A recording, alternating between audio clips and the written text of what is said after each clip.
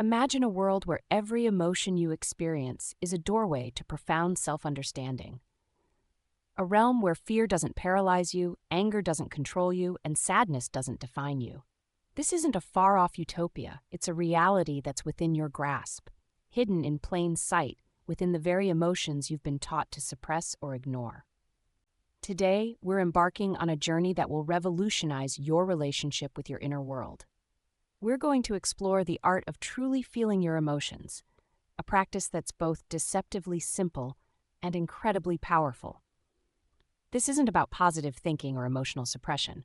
It's about developing a radical new understanding of what emotions really are and how to harness their transformative potential. At its core, an emotion is far more than just a fleeting feeling or a reaction to external events. It's a complex interplay of three distinct components: a physical sensation in your body, an unconscious pattern or link, and a thought that arises in response. Understanding this triad is the key to unlocking emotional mastery. Let's start with the physical sensation.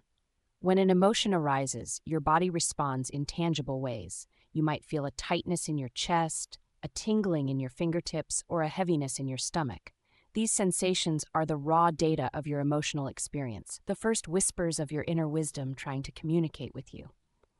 Most of us have been conditioned to immediately jump to labeling these sensations. We feel a knot in our stomach and instantly think, "I'm anxious." But what if that immediate labeling is short-circuiting a deeper process of understanding? What if, by rushing to name and categorize our emotions, we're missing out on the rich information they're trying to convey? This is where the practice of sitting with an emotion comes into play.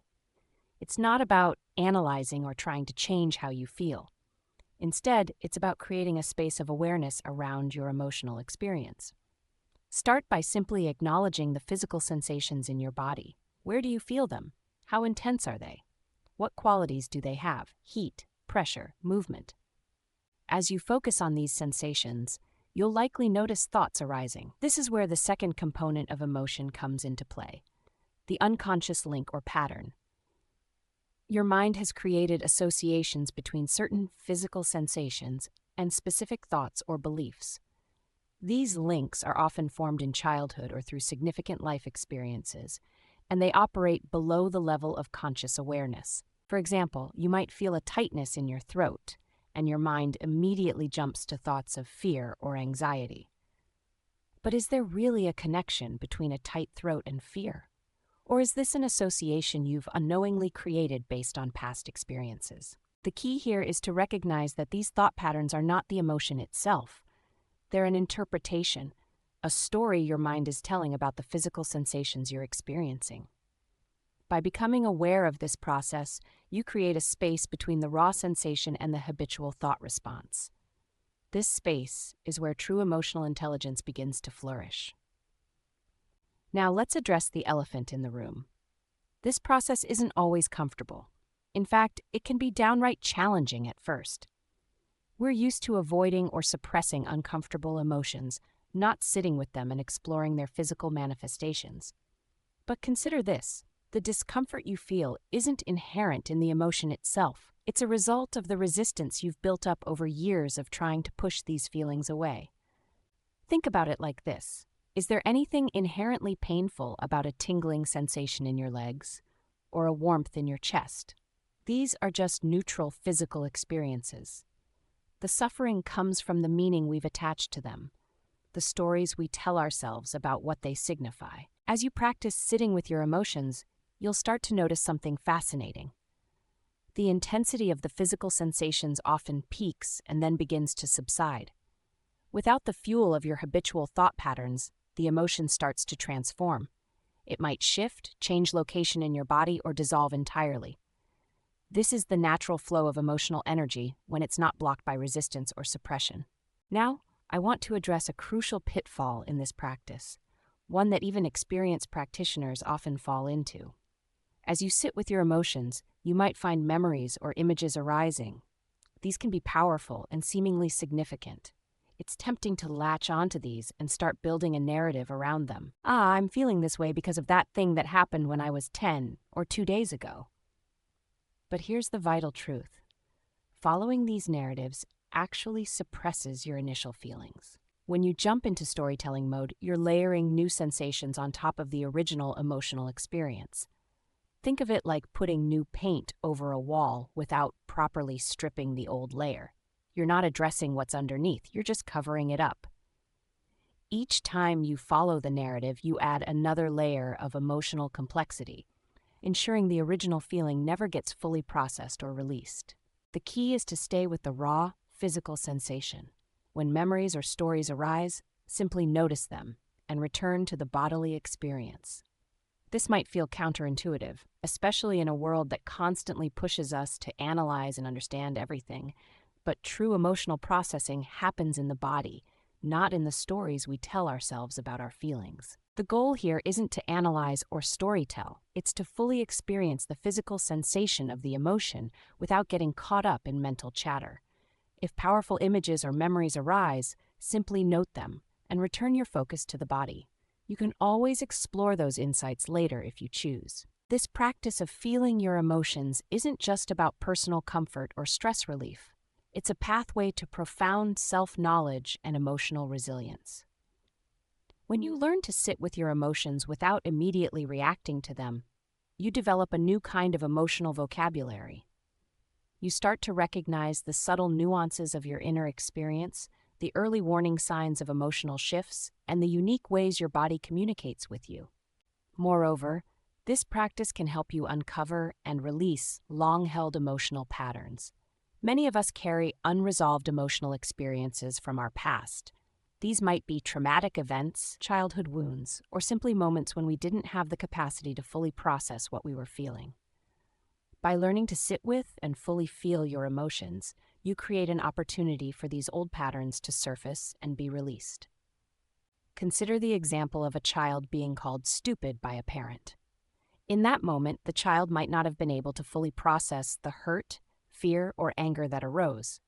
Instead, those emotions get suppressed, creating a pattern of physical tension and negative self-talk that persists into adulthood. By practicing emotional awareness, you give those old, stuck emotions a chance to finally be felt and released. It's important to note that this isn't a one-time fix. Emotional patterns that have been ingrained for years or decades won't disappear overnight. This is an ongoing practice, a new way of relating to your inner world. Each time you sit with an emotion, you're strengthening your capacity for emotional resilience and self-understanding. As you develop this practice, you might start to notice changes in how you relate to the world around you. When you're no longer at the mercy of your habitual emotional reactions, you gain a new level of choice in how you respond to life's challenges.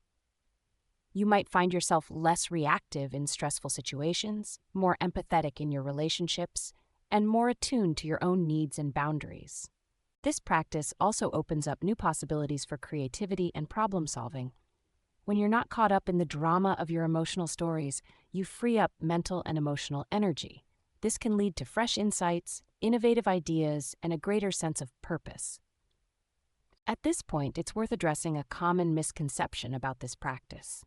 Some people worry that fully feeling their emotions will lead to being overwhelmed or losing control. In reality, the opposite is true. By creating a space to fully experience your emotions without judgment or resistance, you're actually developing greater emotional regulation. You're teaching your nervous system that it's safe to feel, that emotions are temporary experiences that naturally ebb and flow. As you continue this practice, you might start to notice subtle shifts in your overall emotional landscape. Emotions that once felt overwhelming might become more manageable. You might find yourself experiencing a wider range of emotional nuances, picking up on subtle feelings that you previously overlooked. This increased emotional awareness can lead to richer, more fulfilling relationships and a deeper sense of connection with yourself and others. Remember, the goal isn't to eliminate negative emotions or to always feel happy. Every emotion has value and carries important information. The aim is to develop a new relationship with your emotional world, one based on curiosity, acceptance, and deep listening. So, the next time you feel an emotion arising, try this. Instead of immediately labeling it or trying to change it, pause. Take a deep breath and turn your attention inward. Notice the physical sensations in your body. Where do you feel them? What qualities do they have? As thoughts arise, gently acknowledge them and return your focus to the bodily sensations. Stay with this practice for as long as it feels comfortable, even if it's just for a few moments at first. With consistent practice, you'll develop a new level of emotional intelligence, not based on theories or concepts, but on your own lived experience.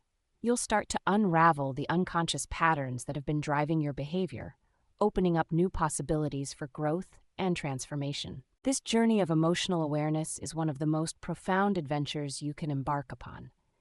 It's a path that leads to greater self-understanding, more authentic relationships, and a deeper sense of inner peace. So I invite you to begin this practice today. Start small, be patient with yourself, and remember that every emotion you feel is an opportunity for growth and self-discovery. Your emotions are not your enemy. They're not something to be conquered or controlled. They're messengers carrying vital information about your inner world and your relationship with the outer world. By learning to listen to these messages with openness and curiosity, you unlock a wellspring of wisdom that's been within you all along. As we conclude this exploration of emotional awareness, I encourage you to share your experiences with this practice. How has sitting with your emotions changed your perspective?